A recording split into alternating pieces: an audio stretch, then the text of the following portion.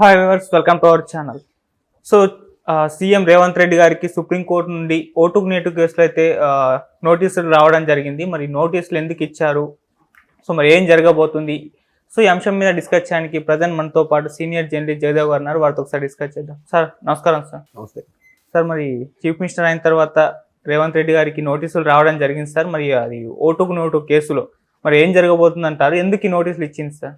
అంటే ఓటుకు నోటు వ్యవహారములో అప్పుడు మనం చూసాం, అది ఒక క్లిప్పింగ్ వీడియో కూడా బయటకు వచ్చింది. అవును. బట్ అది ఆయనకి బాగా సన్నిహితులే, ఆయన ఆ పేరు కూడా అప్పుడు ప్రస్తావించాడు ఎవరనేది. అతను కూడా ఒక మాజీ మంత్రి ఒకప్పుడు బీఆర్ఎస్లో.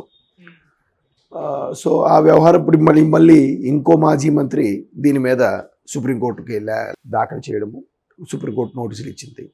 బట్ చట్టం దృష్టిలో ఎవరైనా ఒకటే. ఆ ఓటుకు నోటు వ్యవహారంలో బెయిల్ మీద బయటకు వచ్చారు. మన దగ్గర అలవాటేగా, వాయిదాల మీద వాయిదాలు నడుస్తూనే ఉంటాయి. కొన్ని కేసులు అయితే వాళ్ళు చనిపోయిన తర్వాత కూడా తీర్పులు వచ్చిన సందర్భాలు ఉన్నాయి. ఫర్ ఎగ్జాంపుల్ రాజీవ్ గాంధీ గారికి కానీ, అలాగే జయలలిత గారు తమిళనాడు మాజీ ముఖ్యమంత్రి, ఆవిడ విషయంలో కూడా ఇట్లా వాళ్ళు చనిపోయాక కూడా కొన్ని తీర్పులు రావడం మనం గమనించాం.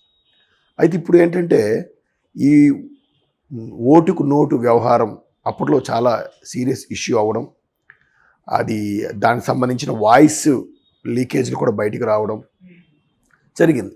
జనరల్గా ఈ పార్టీల సిఫార్సులు ఫిరాయింపుల చట్టం అనేది ఉంటుంది.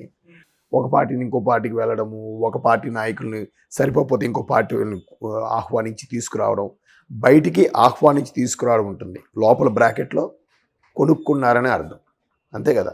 ఎవరు ఊరికి ఎందుకు వస్తారు?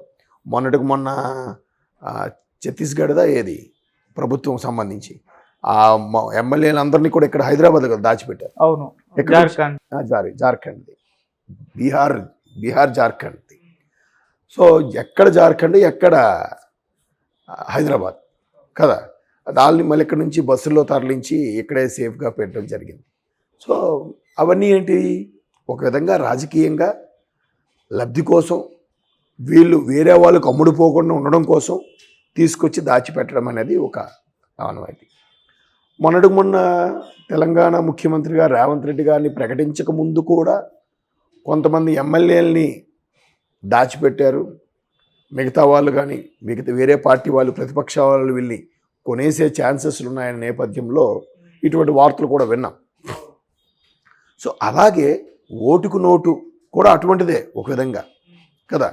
మీరు మాకు అసెంబ్లీలో బల నిరూపణకి మాకు ఓటు వేయండి, మీరు తీసుకోండి, లేదా లోక్సభలో బల నిరూపణకి మాకు సపోర్ట్గా మాకు ఓటు వేయండి, మీరు ఈ బ్యాగ్ తీసుకోండి అనే దాని మీద, అది కూడా ఓటే, అంతే కదా.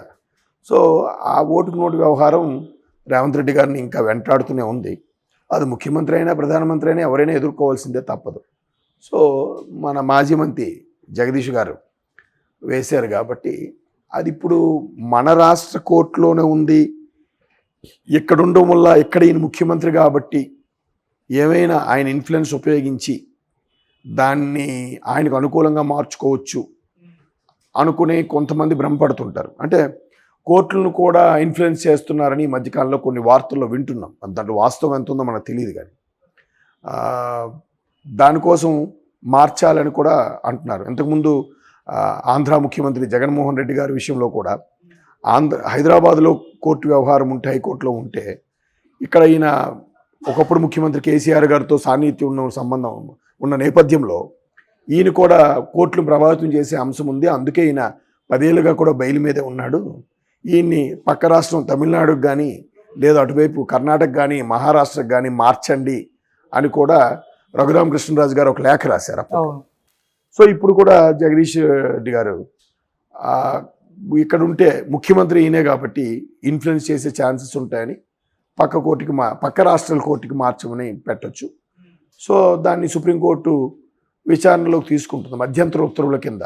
అంటే కొన్ని ఇంపార్టెంట్ వాటికి దాఖలు చేసినప్పుడు హైలీ ఇన్ఫ్లుయెన్స్డ్ సుప్రీంకోర్టు లాయర్ ద్వారా అది దాఖలు చేస్తే, అప్పీల్ దాఖలు చేసినప్పుడు మధ్యంతర ఉత్తర్వుల కింద దాన్ని కేసుని టేకప్ చేసి కోర్టు తీర్పు ఇవ్వడం జరుగుతుంది. తీర్పు అంటే ఇదే, ఈ నిర్ణయం వాళ్ళు ఓకే 4 వారాల గడువు, ఈ 4 వారాల గడువులో వచ్చి ఎక్స్ప్లెనేషన్ ఇవ్వాలి, లేదా ఎక్స్ప్లెనేషన్ సరిగా సబబుగా అనిపించకపోని ఎడల వీళ్ళు వేరే పక్క రాష్ట్రంకి ఎక్కడ తక్కువగా ఉన్నాయి, ఎక్కడ అవకాశం ఉంది, ఎక్కడ వెసులుబడి వీళ్ళకి ఏ కంఫర్ట్గా ఉంటుంది, ఆ అక్యూజ్డ్ ఆర్ విక్టిమ్ ఎవరైతే దాని బాధితులు ఉంటారో వాళ్ళు వెళ్ళగలరా లేదా, వాళ్ళు బాధ్యతగా నిర్వహిస్తున్న పదవి మీద కూడా డిపెండ్ అయ్యి వ్యవహరించి తీర్పు అనేది ఇస్తారు. ఊరికే ఒకరికి ఫేవర్గా ఇచ్చేయడం ఉండదు, 1కి 10 సార్లు ఆలోచించి. అందుకే వాయిదాలు ఇచ్చే అంశం కూడా అందుకే. ఒక 10 మంది ముద్దాయిలు తప్పించుకోవచ్చు, కానీ ఒక నిరపరాధి మాత్రం శిక్ష పడకూడదు అనేది మన ఇండియన్ పీనల్ కోర్టు బలంగా నమ్ముతుంది ఆ సిద్ధాంతాన్ని. కాబట్టి మ్యాక్సిమం వాయిదా ఇవ్వడానికి చూస్తారు. ఎవరి వైపు తప్పు ఉంది, ఎవరి వైపు ఉప్పు ఉంది అనే దాని మీద బాగా క్షుణ్ణంగా పరిశీలిస్తారు. పాత కేసులన్నీ తిరగదోడతారు. మీరు ఏ లాయర్ గారి దగ్గర కానీ రిటైర్డ్ జడ్జిలు వాళ్ళ దగ్గరికి వెళ్ళినా కూడా వాళ్ళ వార్డ్రోబ్లో బట్టల కన్నా పుస్తకాలు ఎక్కువ ఉంటాయి వస్తువుల కన్నా. ఎందుకంటే ఒక్కొక్కటి ఇంత పేజీలు ఉంటుంది, 500 పేజీలు 1000 పేజీలతో. అవి ఏంటంటే పలానా లక్నో కోర్టు లేదా మద్రాస్ కోర్టు, ముంబై కోర్టు పలానా సంవత్సరం పలానా ముఖ్యమంత్రికి ఇలాంటి విషయంలో ఎటువంటి తీర్పు ఇచ్చింది, దాన్ని ఎందుకు వాయిదా వేసింది, అది ఎప్పుడు మళ్ళీ తీర్పుగా ఇచ్చింది, తీర్పు ఇచ్చినప్పుడు ఎవరికి ఫేవర్గా ఇచ్చింది, ఎటువంటి షరతులతో కూడిన బెయిల్ ఇచ్చింది, ఎటువంటి షరతులతో కూడిన తీర్పు ఇచ్చింది, ఓకేనా, దాన్ని జరిమానాగా విధించిందా లేదా శిక్షగా విధించిందా అని ఉంటుంది. అందుకు అవన్నీ స్టడీ చేసి దాని ప్రకారం అనేది జడ్జిలు ఇవ్వడం జరుగుతుంది. సో ఇప్పుడు ఇచ్చారు కాబట్టి 4 వారాల గడువు ఇస్తారు. ఈలోగా వీళ్ళు ప్రిపేర్ అవ్వాలి. అటుపక్క ఎవరైతే రేవంత్ రెడ్డి గారు దాన్ని ఎదుర్కొంటున్నారో ఆరోపణ, దాన్ని కూడా ఆయన నిరూపించుకోగలగాలి. అది ఎంతవరకు వాస్తవం, నిజమేనా కాదా, ఎవరైనా అలా మ్యానిపులేట్ చేశారా, లేదంటే ఊరికే ఆయన అలా ఇరికించారా, లేకపోతే నిజంగానే ఈయన ఎవరో చెప్పడం వల్ల వెళ్ళి ఆ ఓటుకు నోటు వ్యవహారం బేరం కుదుర్చుకున్నాడా, అన్ని యాంగిల్లోనూ దానికి తగ్గట్టు విట్నెస్లు, ప్రూఫ్స్, సాక్ష్యాధారాలు అన్నీ సేకరించి 1కి 2 సార్లు పరిశీలి ఆ తీర్పు ఇచ్చే ముందు కూడా రిజర్వ్లో పెడతారు. ఒకవేళ ఆ రోజుకి అరే క్లారిటీ తప్పు చేసిందని ప్రూవ్ అయినా కూడా వెంటనే తీర్పు ఇచ్చేది. తప్పు జరిగింది ఓకే, అక్కడ వ్యక్తి ఎవరు, బాధ్యత గల పదవుల్లో ముఖ్యమంత్రి పదవిలో ఉన్నాడు.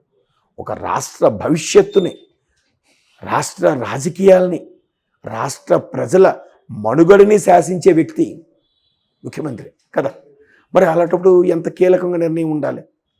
దీనివల్ల ముఖ్యమంత్రి స్థానంలో ఉన్నాడంటే ఎంతోమంది ఓటర్లు ఎన్నుకుంటే, లక్షల మంది ఓటర్లు, కోట్ల మంది ఓటర్లు ఎన్నుకుంటే ఆయన స్థానంలో ఉన్నాడు కాబట్టి వాళ్ళలో ఏ ఒక్క ఈయనకి ఇలాగ శిక్ష ఒకవేళ విధించిన తీర్పు ఆయనకి వ్యతిరేకంగా ఇచ్చిన కొంతమంది మనోభావాలు దెబ్బతిని అల్లర్లుగా మారే అవకాశం కూడా ఉంటుంది కదా. అవును, శాంతి భద్రతలు కూడా దృష్టిలో పెట్టుకోవాలి.